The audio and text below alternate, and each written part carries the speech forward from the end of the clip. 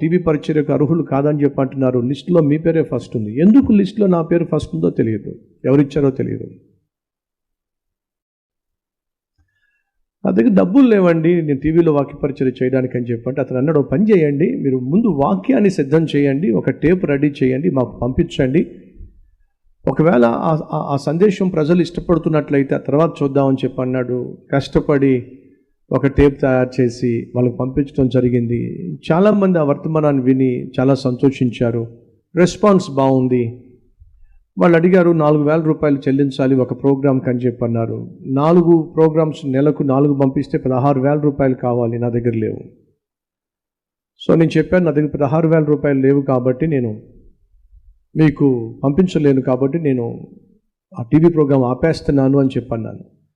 ఆ తర్వాత వాళ్ళు లేదు ఆపకండి, మీరు టేపులు పంపించండి, మనీ పంపించకపోయినా పర్వాలేదు, టేపులు పంపించమని చెప్పన్నారు. సో కష్టపడి నేనే కెమెరా ఆపరేట్ చేసుకునేవాడిని, నేనే లైట్లు ఆన్ చేసుకునేవాడిని, నేనే కూర్చొని షూటింగ్ చేసుకునేవాడిని. ఆ తర్వాత సాటర్డే ఈవినింగ్ వెళ్ళి వాళ్ళని వీళ్ళని బతిలాడుకొని ఎడిటింగ్ చేయించుకునేవాడిని. ఒక 500 రూపాయలు చేతులు పెట్టి 4 ప్రోగ్రామ్స్ చేసేవాడిని నెలకి. 3 to 4 months నన్ను టీవీలో వాళ్ళు పరిచర్య చేస్తున్నప్పుడు చాలా సంతోషంగా ₹1 తీసుకోకుండా వాళ్ళు పరిచర్య చేయనిచ్చారు. ఆ తర్వాత నా దగ్గరికి వచ్చాడు అదే మనిషి. వచ్చి ఒక మాట అన్నాడు, బ్రదర్ మీ వయసు ఎంత, మీ పేరెంట్స్ ఎక్కడ ఉంటారు అని అడిగారు. నా వయసుతో నా పేరెంట్స్తో మీకేంటి సంబంధం, మీకేం అవసరం అని చెప్పన్నాను. అది కాదు, మా టీవీ ఛానల్ ఎవరైతే ప్రారంభించారో వాళ్ళకు ఒక మరదలు ఉంది, ఆమెను మీకు ఇచ్చి పెళ్లి చేయాలనుకుంటున్నారు అని మొదలుపెట్టాడు.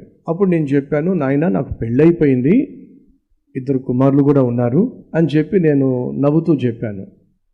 ఆ తరువాత నా టీవీ ప్రోగ్రామ్ని వాళ్ళు ఇమ్మీడియట్గా ఆపేశారు. అప్పుడు అర్థమైంది ఎందుకని వాళ్ళు ఫ్రీగా నా టీవీ ప్రోగ్రాం ప్రసారం చేశారో. ఇలాంటి సమస్యల గుండా వెళుతున్నప్పుడు, మన కల్వరి స్వరం ఆగిపోయినప్పుడు నేను ప్రభు సన్నిధిలో ఏడ్చాను.